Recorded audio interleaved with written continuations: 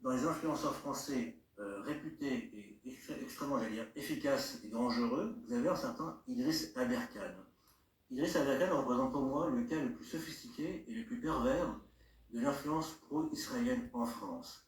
Alors déjà, Aberkan, j'en ai parlé moi dès 2021 sur Panamza, car j'avais à l'époque exposé le fait que cet homme qui a commencé à faire une carrière sur YouTube grâce à ses vidéos anti-vax, Aberkan était non seulement un sioniste, un garçon issu d'une famille sioniste. Son père, Younes Aberkan, s'occupait du groupe de scouts soi-disant œcuméniques, des scouts juifs et musulmans.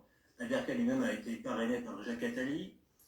Aberkan, dans toutes ses vidéos avant 7 octobre, était extrêmement pro-israélien, ouvertement, et non seulement pro-israël, mais aussi pro-Netanyahou. Il exprimait son admiration pour Netanyahou, son admiration pour le criminel de guerre Moshe Dayan. Bref, Aberkan était vraiment le prototype de l'influenceur français pro-israélien avant le 7 octobre. Et maintenant, évidemment, il a mis de l'eau dans son vin, au sens où il continue de défendre Israël, tout en faisant semblant de critiquer Netanyahou. Mais Aberkan, c'est plus que ça. Aberkan, c'est un franc-maçon du Grand Orient arabe du rite œcuménique.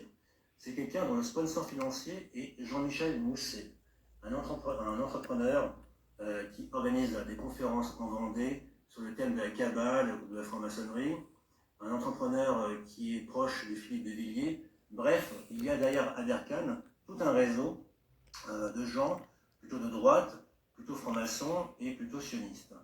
Et Aberkan a une influence importante. Il a plus d'1 million d'abonnés sur YouTube. Ses vidéos sont quasiment quotidiennes, elles sont bien faites, elles sont bien réalisées, et il distille un langage, une communication assez sournoise, assez perverse, où maintenant il fait mine de critiquer encore une fois Tzahal ou Netanyahou, tout en faisant toujours attention à préserver l'image d'Israël.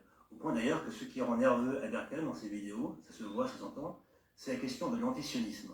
Pour lui, le pire, c'est l'antisionisme. C'est le fait que des gens puissent maintenant prôner la fin du régime israélien.